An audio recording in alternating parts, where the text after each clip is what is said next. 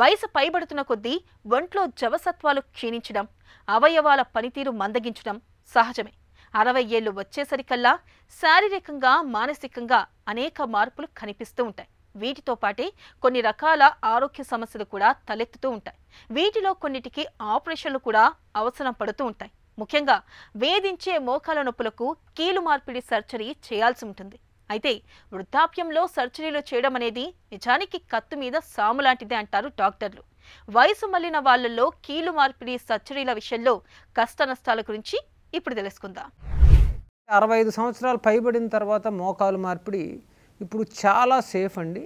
ఎందుకంటే కీళ్ళ మార్పిడిలో వచ్చిన రకరకాల డెవలప్మెంట్స్, అలాగే పెరిగిన అనుభవం, వచ్చిన ఇంప్లాంట్స్, ఇవన్నిటి వల్ల 65 సంవత్సరాల తర్వాత కీళ్ళ మార్పిడి ఇప్పుడు పెద్ద ఎటువంటి సమస్య లేకుండా చక్కగా చేయొచ్చు.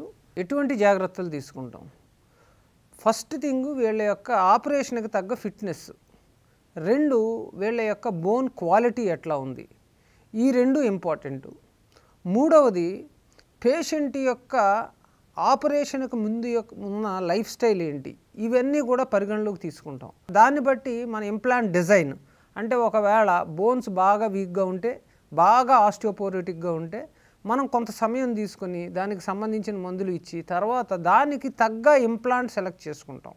అట్లాగే కొన్నిసార్లు మరీ వీక్గా ఉన్నాయన్నప్పుడు అవసరమైతే, లేదా బాగా వంకర్లు పోయినాయి అన్నప్పుడు, లేదా స్ట్రెస్ ఫ్రాక్చర్స్ అక్కడ వచ్చే అవకాశం ఉందన్నప్పుడు ఆ ఇంప్లాంట్స్కి స్టెమ్స్ వాడతాం. అంటే కింద మళ్ళీ విరిగిపోకుండా ఆపరేషన్ అయిన వెంటనే స్టెమ్స్ వాడతాం. అలాగా good observation of the patient and early intervention of other specialities అవసరమైనప్పుడు చేస్తే ఎటువంటి ఇబ్బంది లేకుండా కూడా ఈ ఆపరేషన్లు చాలా చక్కగా చేయించుకుని బయటకు